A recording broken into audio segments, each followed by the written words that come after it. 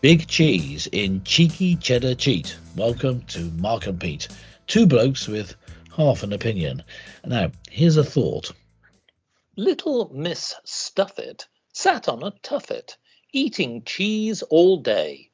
Then along came a spider that stole everything beside her, and that's why her curds got away. Yes, this episode is very cheesy, and Yes. we're going to milk it for all we can get, folks. But Yes. sadly, there has been more crime on our streets. But yes, hundreds of truckles of cheddar worth more than £300,000 have been stolen from London cheese specialist Neil's Yard Dairy. How dare they? Who's keeping that dairy diary on this matter? Well, the fact of the matter is, fraudsters posing as legitimate wholesalers received the 950 cloth-bound cheeses from the Southwark-based company before it was realised they were a fake firm. Now then, Mr. Pete, I know that you like a little bit of cheese. How are you getting through all that batch at the moment? Yes, well, it's very tasty. I mean, yes, it is a huge lot of cheese. Now, I'm known, and perhaps regular listeners to the show will know that I'm a big fan of cheese, but even I could not eat that amount in one sitting. I mean, it's quite an incredible, incredible amount of cheese. And the thing is, they were high quality artisan cheeses, weren't they? Yes. And quite often these tend to be very strong flavoured. It would make it even more difficult to eat it, but at least eat it quickly.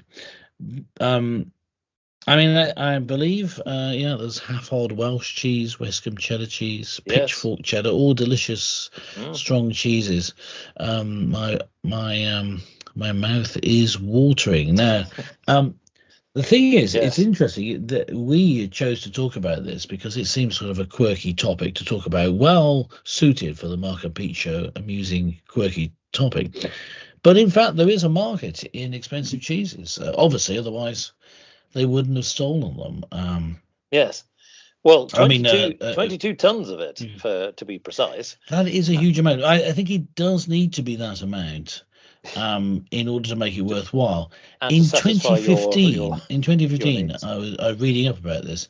Yeah. In 2015, there was a huge theft of cheese, where it's known as the Parmigiano Reggiano robbery. So it's 900,000 US dollars of cheese was stolen in 2015. So this thing that happens, and it's on the international market, you find that cheeses can be sold. But who would have thought, that cheese would be such a sought after commodity? You can think of people stealing, say diamonds or something like that, but stealing cheese. But if you take away the cheese element of this, it's still rather audacious, which makes it unusual and slightly amusing because you can write cheesy poems about it, Mark. But the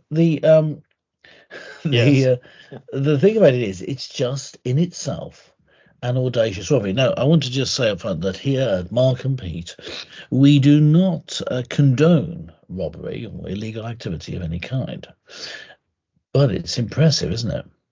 Well, it's impressive because of its audaciousness. Now, let's take a little bit of sympathy for Tom Calver, who is the Westcombe Dairy representative, and he said in a recent interview the amount of work that's gone into nurturing the cows, emphasising the best farming practice, and transforming the milk one batch at a time to produce the best possible cheese is beyond estimation, and for that to be stolen is absolutely terrible. So think about it from a business perspective: £300,000 worth of your commodity, your stock, is really alarming. The question really is, I'm sure that many people are thinking, is where are they selling all this?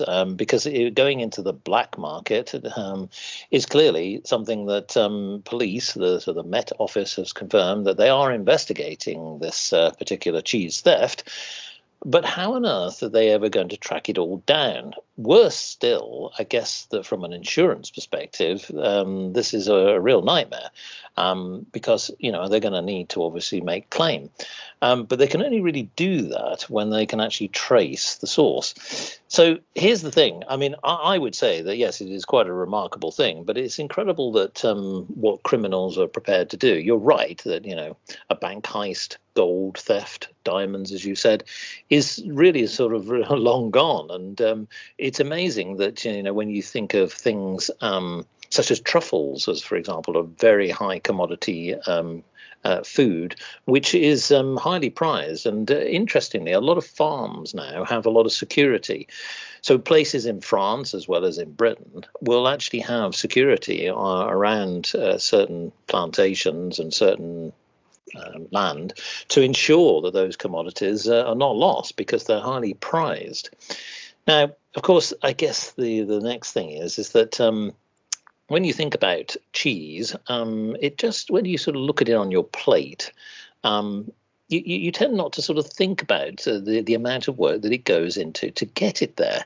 But as was said by Tom in his interview, that they've really fine-tuned, they've perfected their art. So there are a lot of cheeses. I'm sure that Mr. Pete will tell you all of them, of which there are literally hundreds, if not thousands, on the market. Yes.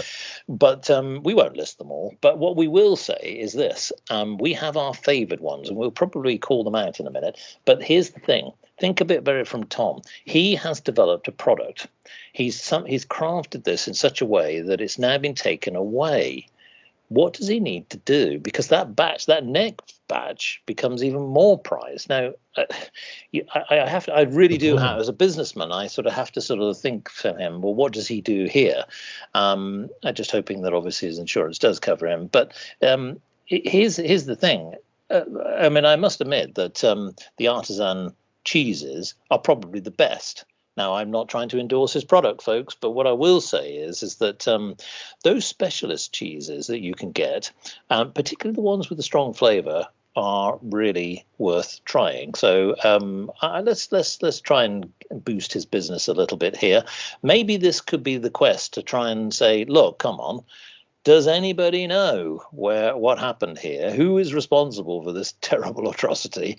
Because we definitely need to stamp it out. So then, Mr. Pete, which is your favourite cheese? If you had to pick a cheese that sort of adorns your table, your little plate in the morning or in the evening or whenever you eat them. Yes. What is your slice of cheese?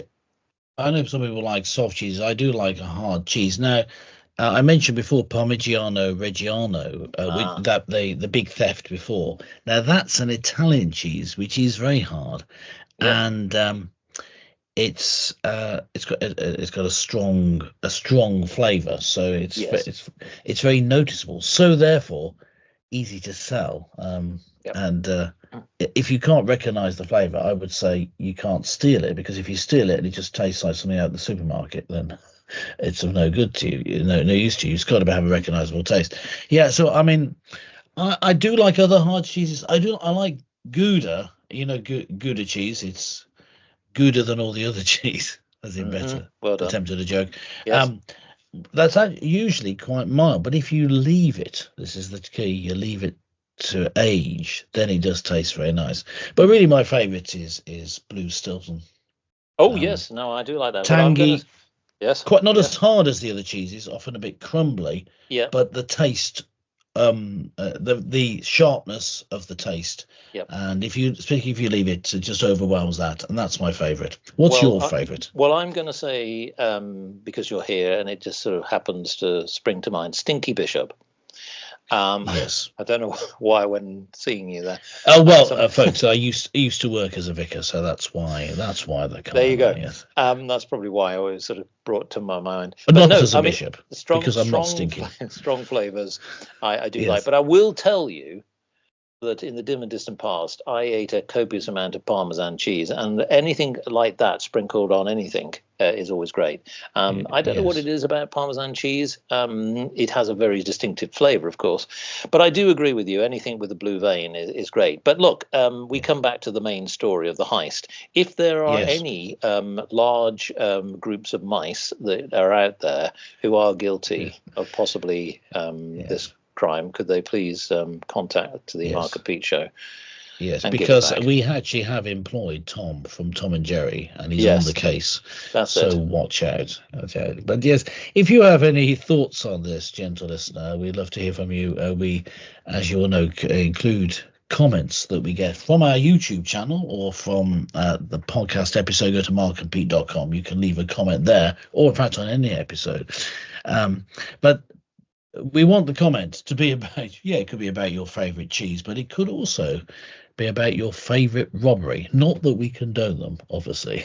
But thanks very much for listening. From Mark and myself, it's goodbye, and catch you next time.